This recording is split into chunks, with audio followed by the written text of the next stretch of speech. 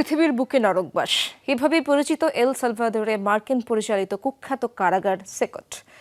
স্বপ্নের দেশ যুক্তরাষ্ট্রে পাড়ি জমানোর চেষ্টাকারী অভিবাসন প্রত্যাশীদের অনেককে মাফিয়া তকমা দিয়ে পাঠানো হয় সেখানে।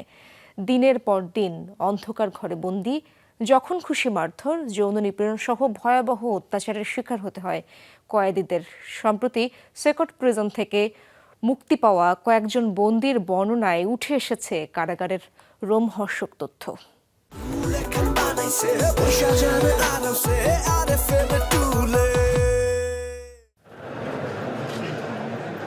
জীবিতদের কবরস্থানে স্বাগতম। এখান থেকে মুক্তির একমাত্র উপায় মৃত্যু। ঠিক এভাবেই অভ্যর্থনা জানানো হয় লাতিন আমেরিকার সবচেয়ে বড় ও কুখ্যাত কারাগার এল সালভাদোরের সেকট প্রিজনে।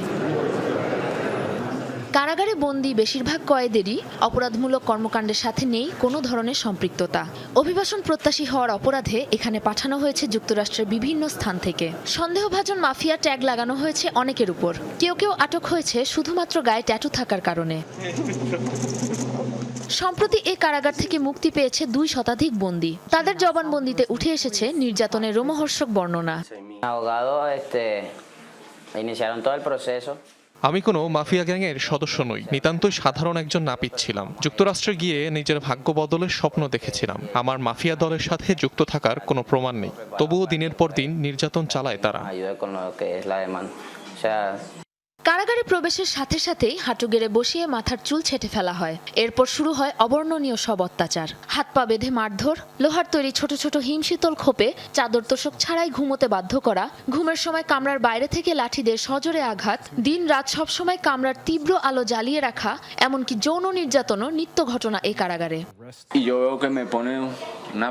যখন তখন আমাদেরকে মারধর করা হতো, দিন রাত আলো জ্বালিয়ে রাখা হতো, আবার কোনো কারণ ছাড়াই দিনের পর দিন অন্ধকার কামরায় বন্দি করে রাখা হতো। ঠিকমতো খাবার পানি দেওয়া হতো না। বাধ্য হয়ে অনেক সময় আমরা সাবান দিয়ে দাঁত ব্রাশ করতাম। প্রতিটি কক্ষে রাখা হয় একসাথে 80 জন বন্দীকে। রুমের ভেতরে খোলা 2টি টয়লেট। তীব্র দুর্গন্ধযুক্ত কামরায় দিন রাতের হিসাব ছাড়াই যেন নরকবাস অসহায় বন্দীদের। বাইরের জগতের সাথে যোগাযোগ বিচ্ছিন্ন। মারের ভয়ে পানি পান কিংবা শৌচাগার ব্যবহারের জন্য নিতে হয় অনুমতি। বিভিন্ন সময় কারাগারটি পরিদর্শনে যান মানবাধিকার কর্মী, সাংবাদিকরা। ভয়ঙ্কর জীবন থেকে মুক্তি পেতে নানা কৌশলে আকুতি জানায় বন্দীরা। অনেকে নিজেদের রক্ত দিয়ে সাহায্য প্রার্থনা করে লিখে রাখে কারাগারের দেয়ালে।